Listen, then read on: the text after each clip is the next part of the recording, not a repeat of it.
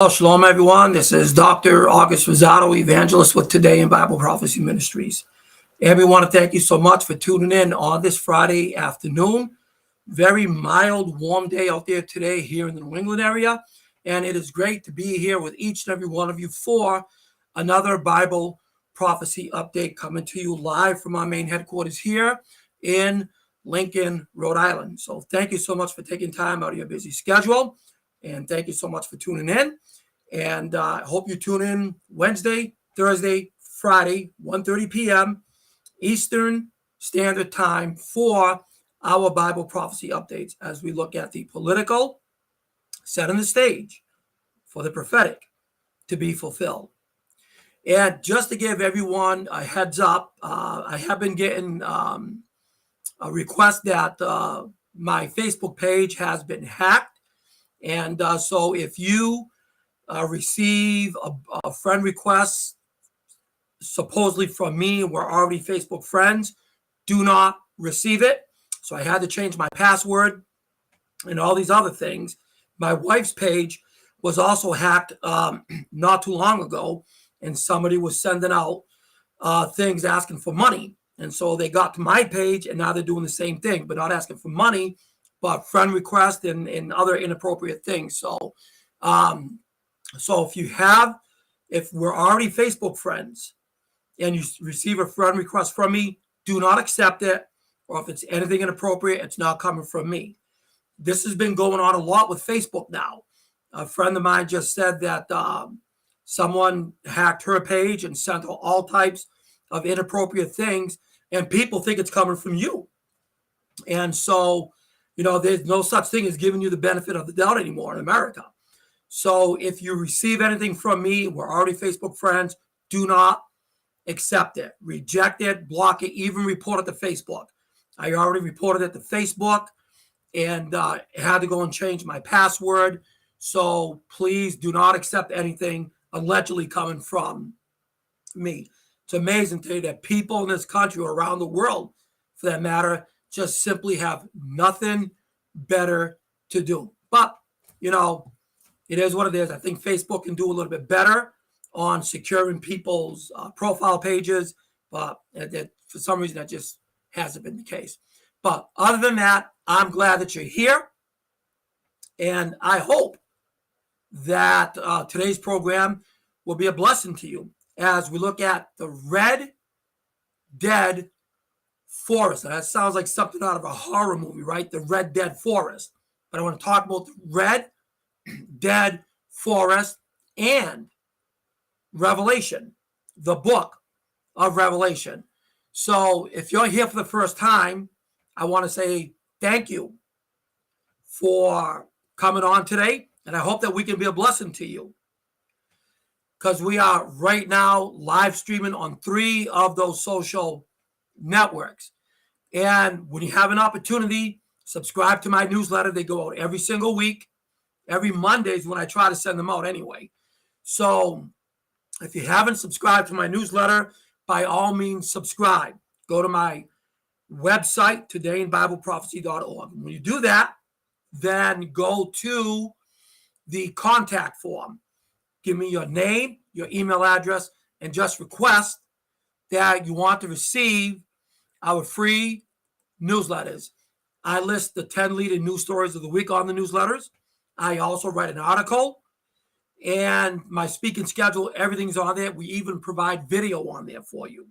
So if you don't receive our free newsletters, subscribe. Go to my website, todayinbibleprophecy.org, click the Contact August form, and then type in your name, your email address, and just ask that you want to receive the letters. And like I said, we are right now simultaneously broadcasting on 3 of the social networks: Facebook, YouTube, and Twitter. On Facebook, my page is public. Anybody can send me a request, and anybody can, watch these videos live.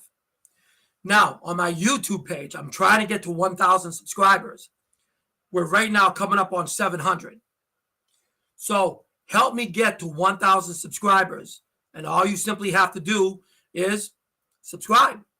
Go to my YouTube channel, which is my name, August Rosado. Click on the subscribe button. Now, if it asks you that you need to create an account, then create it. It's free.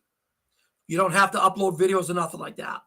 Just create a free YouTube account and find me on YouTube, August Rosado. Click the page on and hit the subscribe button and the bell icon so that you can be notified when there are new videos that are uploaded.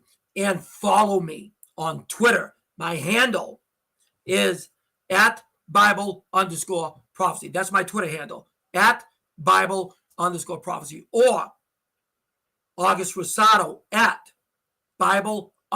Make sure you hit that underscore icon there, at Bible_prophecy. And you can look at all the late breaking news stories that I put on my Twitter page. And my Twitter page feeds into my website, todayinbibleprophecy.org. Now, we are about maybe 2.5 weeks away from our Israel Jordan prophecy tour. That's right, we're going back to Israel. I just got back from Israel a couple of weeks ago. We're going back to Israel again.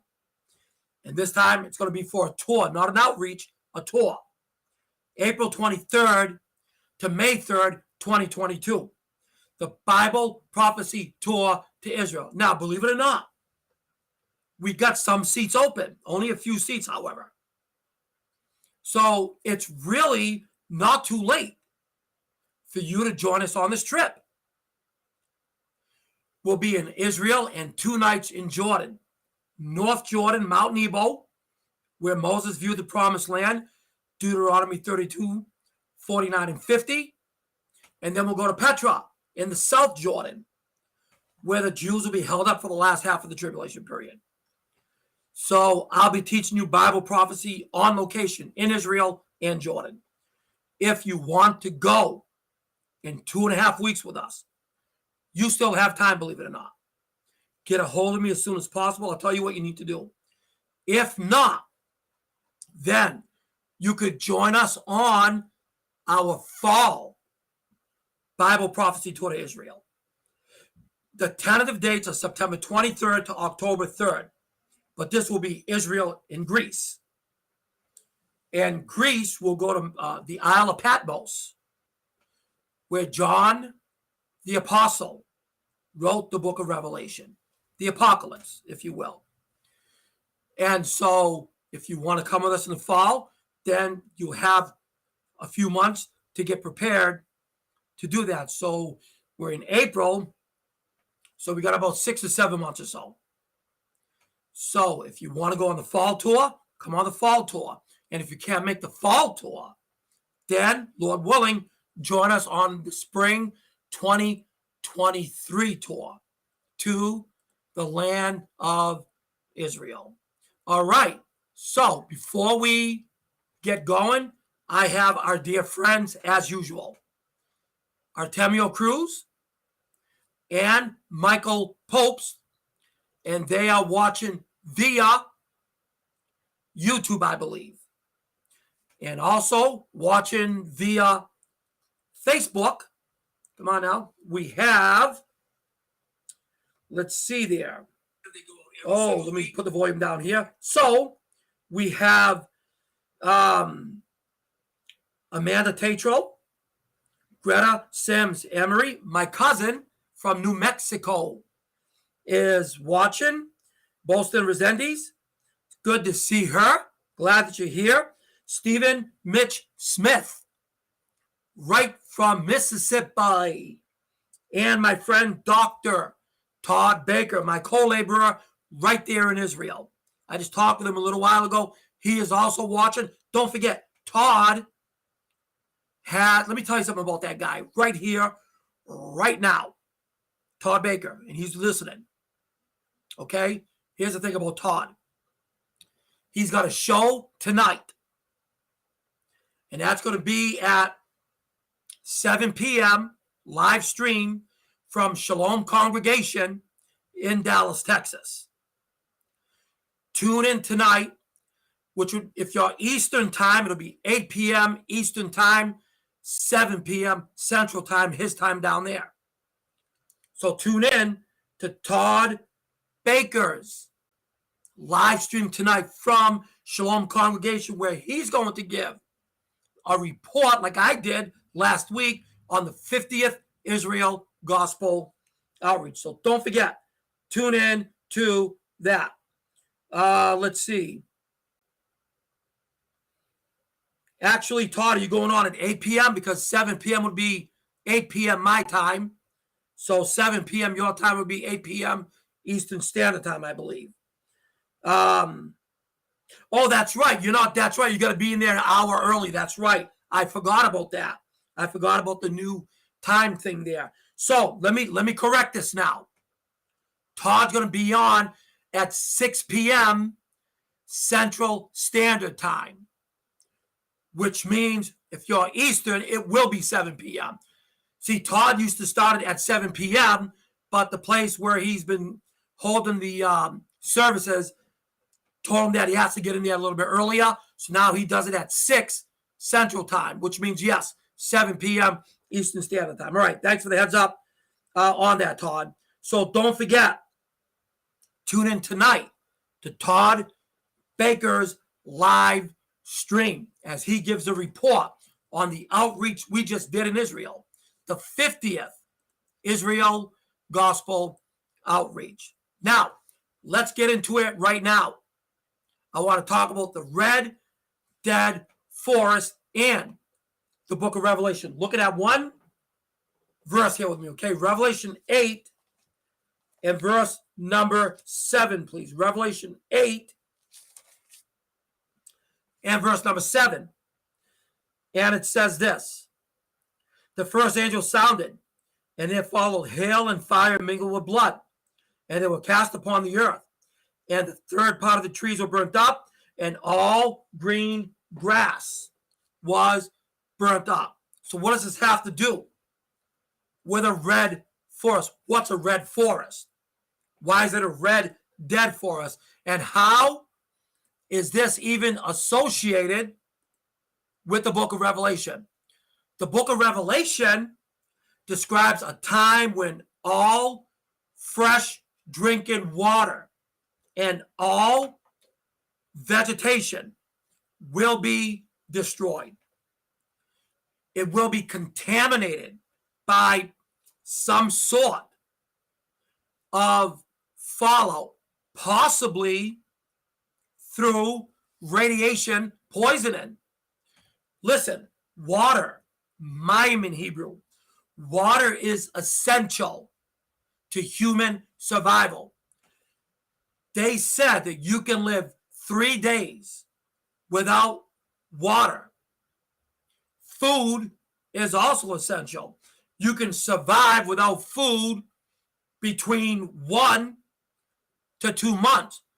But with water, you can only survive 3 days without water. Water is important. It's essential to sustaining human life. Yet, in the future 70th week of Daniel's prophecy, both these vital, essential commodities, water and food, vegetation, if you will be severely hampered, resulting in global death. And I mean global death. Because in Revelation 6:8, with the opening of the fourth seal, 1/4 of humanity dies. 1.5 billion people out of 7 billion or so. Then in Revelation 9:15, with the trumpet judgment, the sixth trumpet results in another 1/3 of the world's population dying. Another 1.5 billion, close to about 3 billion people between the fourth seal and the sixth trumpet, reduces the world's population to 1/2 its pre-tribulation level. So, water, vegetation severely hampered, resulted in global death from some sort of fallout from possibly nuclear war. Now, we see the word blood. The word blood is mentioned 17 times in the book of Revelation. And 5 out of the 17 times it is mentioned as it relates to the water turning into blood, trees of the earth being burnt up. And we see this in Revelation 8:7, 8, Revelation 11:6, Revelation 16:3 and 4. So 5 out of the 17 times that word blood is related to the tainting, if you will, of water and vegetation, if you will. Many believe this could be due to some sort of radiation contamination from an incoming meteorite or ballistic nuclear warhead re-entering Earth's atmosphere. I find that to be very, very interesting in light of what we're going to read with a late-breaking news development. So, we really cannot be dogmatic here. You know, whether it's meteorite, nuclear missile, we can't be dogmatic. But whatever the case, it will contaminate, it will defile, it will pollute all fresh drinking water, destroy all vegetation needed to sustain human life on Earth. Now, if I had to give you sanctified speculation, if I had to guess, I would say that this would be possible radiation poisoning from nuclear fallout. Listen, exposure to very high levels of radiation, such as, say, being from an atomic blast, can cause acute health effects, such as skin burns, acute radiation syndrome, or what they would say, radiation sickness. It can also result in long-term health effects, such as cancer, cardiovascular disease. And these symptoms include loss of appetite, loss of weight, fatigue, running high fevers, nausea, vomiting, dysentery, and possibly severe seizures and even coma. It's serious business, folks. Water contaminated. Now listen to me. Water contaminated with high amounts of radiation after consuming it, after drinking it, can cause a very high risk of getting cancer if you drink a lot of it with radionuclides in it, or radiation, if you will. And if you keep drinking this stuff and drinking it and drinking it and drinking it, it might quench the thirst, might not even give you a bad taste. Could even taste just like ordinary water, but very high radionuclides within that water that can kill you. The effects of high doses of radiation, say, for example, on plants, can be very lethal.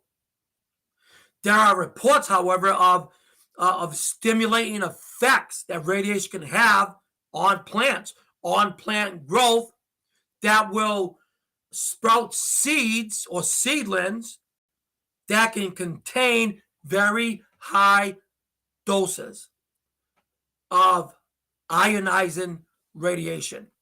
That, again, can kill you. Radiation pollution within waterways also accumulates within fish and other aquatic organisms, if you will. And folks, I believe that all of this was foretold in the book of Revelation, where John says that the waters were contaminated, the waters turned into blood, all living creatures which were in the sea that had life died, and a third part of the ships were destroyed. So, folks, there's got to be some sort of a connection here. I believe all this was foretold in the book of Revelation. I am bringing all of this to your attention. I'm bringing all of this up because of a new story that I read from the Euro News website as they continue to cover this war in the Ukraine that's been going on since mid-February. And it is related to Chernobyl. We talked about this some time ago. The trees and radiation. Now, according to the news story that you're looking at, Ukrainian forces regained control of the Chernobyl nuclear power plant after Russian forces had occupied it for over 5 weeks. But the Russians fled the Chernobyl site due to getting sick. As we all know, what happened there in 1986 with the Chernobyl nuclear power plant disaster. That happened in 1986. So we're looking at, 34, 35 years ago. And there's still high levels of radiation there. So Russian forces had to evacuate that area because it was the worst nuclear disaster that the world has ever seen. And again, that happened in 1996. In late March, it was reported that Russian forces occupying that area were starting to retreat amid rumors that they were getting extremely sick. They were suffering from radiation poisoning. And at least there's report of one soldier that has died, a Russian soldier, from radiation poisoning.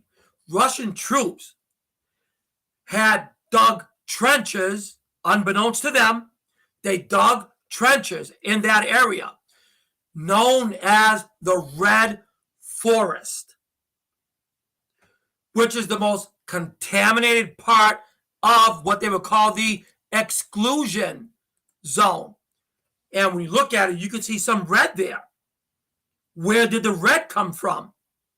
From the radiation, the high levels of radiation. Since 1986, it's what it's doing. It's turning the forest red.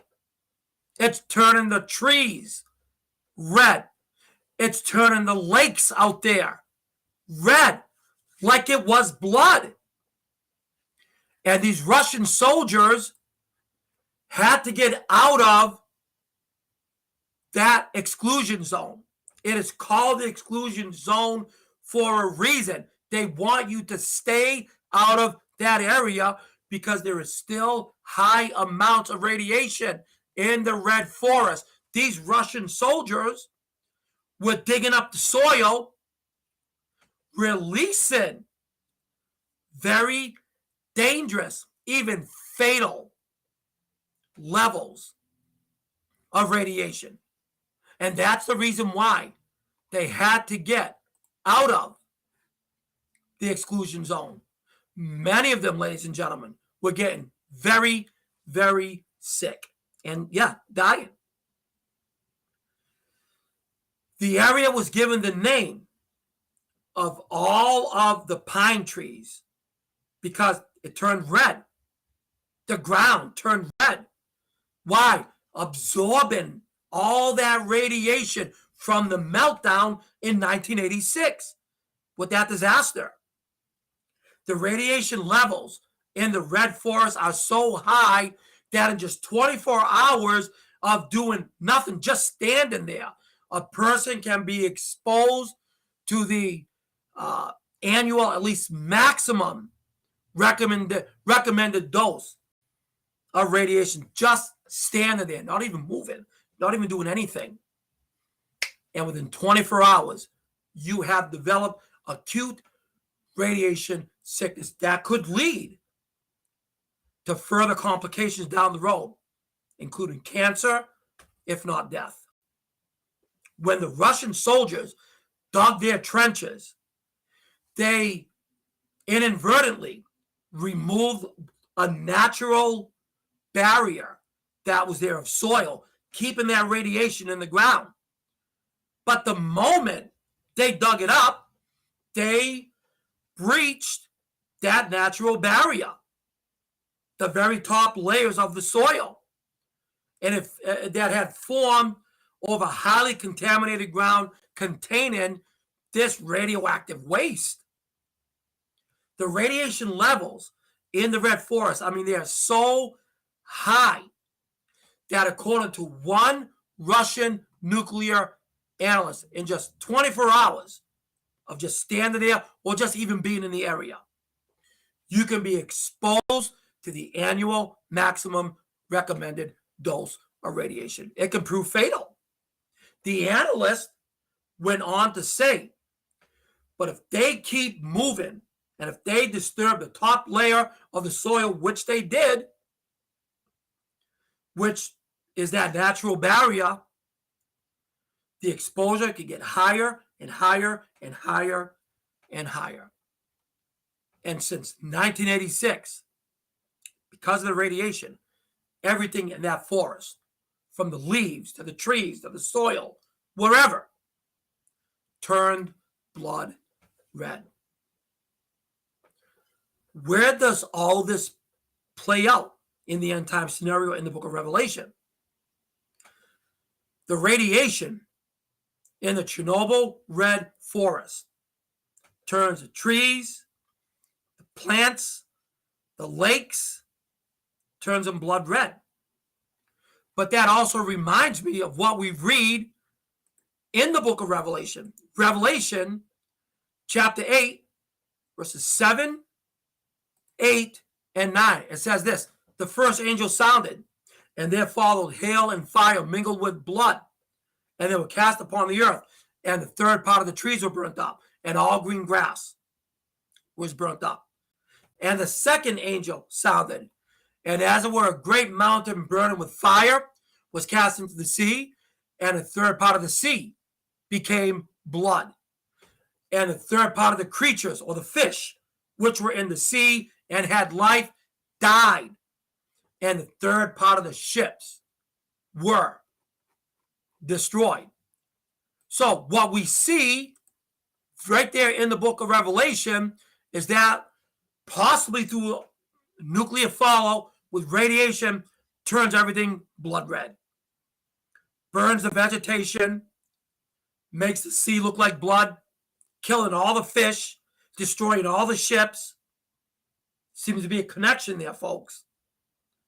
Then what we read in Revelation chapter 11 and verse number 16, it says in Revelation chapter, actually it should say Revelation 16, 11. Actually, that was the, let me read it there for you because I got the wrong passage there. In Revelation chapter 16, the word of God says this: and the fourth angel poured out his vial upon the sun, and power was given unto him to scorch men with fire, and men were scorched with great heat, and blasphemed the name of God, which hath power over these plagues, and repented not to give him glory. So their skin is on fire. They're developing all these boils that result to them gnawing their tongues in pain because of possible radiation burns on their body. But then that also brings me to Revelation chapter number 16, verses 3 and 4. And the second angel poured out his vial upon the sea, and it became as the blood of a dead man, a blood of a dead man. And every living soul died in the sea. All aquatic life, all fish dead.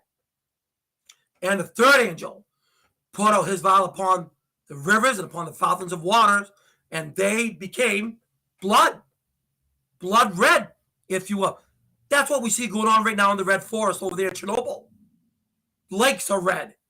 The trees are red. The ground is red. So, folks, the connection, it's a strong possibility that this is due to radiation fallout. Radiation poisoning, contaminated the fresh drinking waters. And the Bible says when men drink the water, they die. Skin being burned, radiation burns. Again, due to nuclear fallout. All fish dying. Everything due to nuclear fallout. Then, what we read in Revelation chapter 8, verses 10 and 11, the Bible talks about a star coming on the earth. A star falls from heaven to earth. This star is called wormwood, and a third part of the waters became wormwood, and many men died from the waters because they were made bitter. Now, look at this closely. Wormwood. We looked at this before. Wormwood in the Greek is aspinthos. Aspinthos in the Greek means undrinkable, bitter, poisoned, if you will. But if you were to say wormwood in the Russian language, what we have is Chernobyl. So we know that this must be related to something nuclear. It must be related to that which has radiation poisoning, contaminated fresh drinking water, burning the skin of men. Unbelievable. So there must be a connection there. So it seems to me that the red forest at the Chernobyl nuclear power plant is indicative of what is to come as we read in the book of Revelation. And it is most likely related to nuclear radiation fallout, which reminds me of Zechariah 14:12. And this shall be the plague, wherewith the Lord will smite all the nations that come up against Jerusalem. Their flesh shall consume away while they stand upon their feet. Their eyes shall consume away in their holes. Their tongues shall consume away in their mouth. That doesn't happen by primitive weapons. We have so many nuclear weapons on this earth to destroy this planet and all life on it 100 times over. And I believe that in the future, nuclear weapons will be used. And I believe the book of Revelation, the book of Zechariah lays that all out for us. That's why Jesus must return by the space of the last 3.5 years of the 7-year period of tribulation.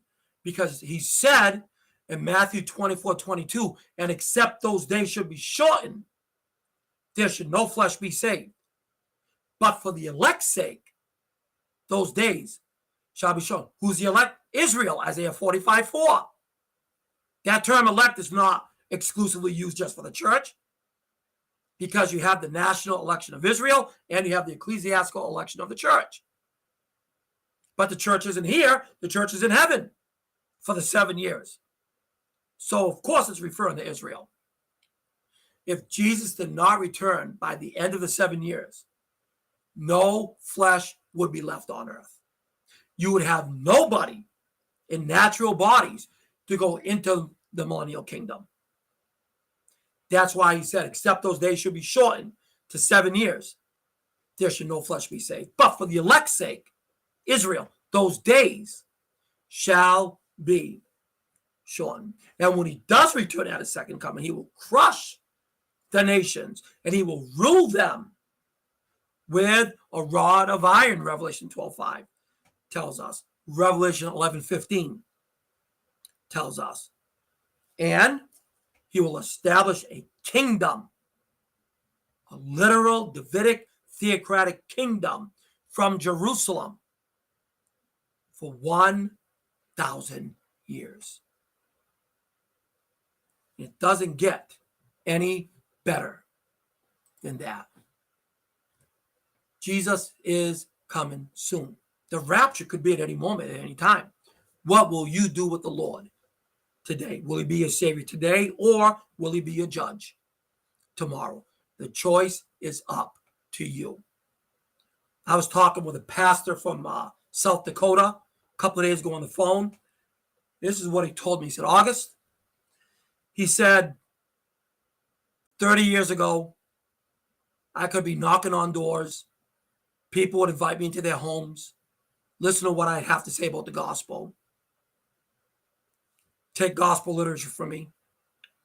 He said, today, I can knock on 100 doors and they'll tell me where to go. This is the society that we live in today. Anti-God, anti-Christ, anti-Bible. I was trying to talk with a guy. He wasn't saved on Facebook. I know he wasn't saved. Obviously, he wasn't saved. But he's trying to tell me the Bible is a book of fairy tales. And when I gave him all the evidence, even through archaeological evidence, that substantiates the scriptures, he just dismissed it. Why? Here in America, we live in a society that has become vehemently anti-Christ. Is it going to get any better? No. It's only going to get worse. But as the late Adrian Rogers used to say, the world is becoming gloriously dark. And that it is. So the darker that it's getting out there, the brighter it's becoming for you as a born-again believer. Which means time is of the essence to lead people to the Lord. That's why Todd and I go to Israel, sharing the gospel with Jews and Arabs out there. That's why churches support, or at least Bible-believing churches, support missionaries going out to these countries and sharing the gospel, even in hostile countries. So, stage is set, actors getting into position, and the curtain is about to go up on the end time drama. And we know that the next main event on God's calendar of activities is the rapture of the church. The church must be taken out before the 7-year period of tribulation begins. Jesus said, for as a snare shall it come on all them, the unbelievers, that dwell on the face of the whole earth. Now he addresses believers. Watch ye therefore, and pray always, that you may be counted worthy to escape all these things that shall come to pass, and to stand before the Son of Man. So what will you do with the Lord today? So, again, as we bring this broadcast to a close, I want to ask all of you that if we've been a blessing to you, please prayerfully consider helping to support this ministry. We need your financial support. We need your financial help. So if you can give to this ministry to keep us going and doing what we're doing, please use the PayPal link that you see on the screen there. Or you can mail any of your support to Today in Bible Prophecy Ministries, 143 Grove Street, Lincoln, Rhode Island, 02865. And if you would like to join us on a fall Bible prophecy tour to Israel, this time we want to include Greece and the Isle of Patmos, then let me know. There's the tentative dates right there on your screen, and I'll let you know what you need to do. But in about 2.5 weeks, my wife and I are leading the tour to Israel, going back to the land of promise, prophecy, and in the future, primacy, as one day Israel will be the head of the nations and not the tail of the nations, as she is now. So if you'd like to join us in Israel, there's still a couple of seats left. I'll tell you what you need to do if you'd like to join us. And again, send me a Facebook friend request. My page is public. Subscribe to my YouTube channel. We're approaching 700 right now. I'm looking to get to 1,000.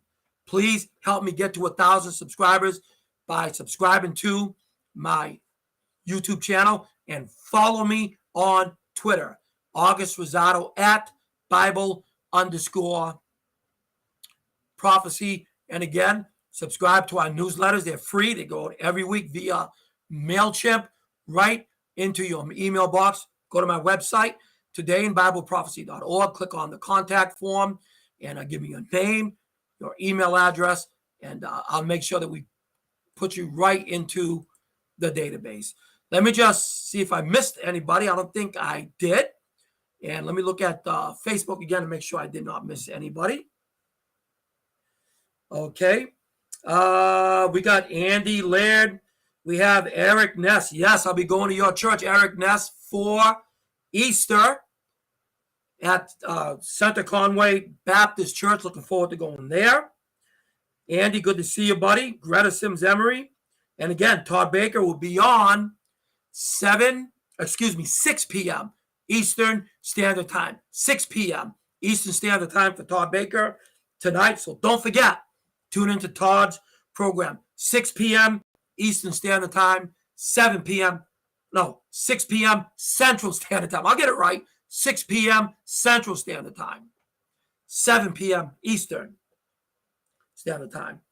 And Todd and I will be going to Israel for our 51st Israel Gospel Outreach, July 20th to July the 3rd. Looking forward to that. We got Dana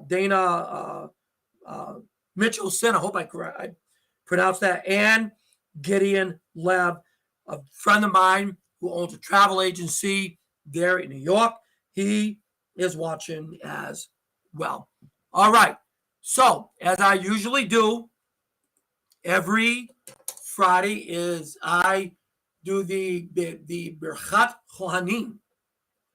The Birchat Kohanim, the Aaronic blessing, the priestly blessing, out of Numbers 6, 24 to 26.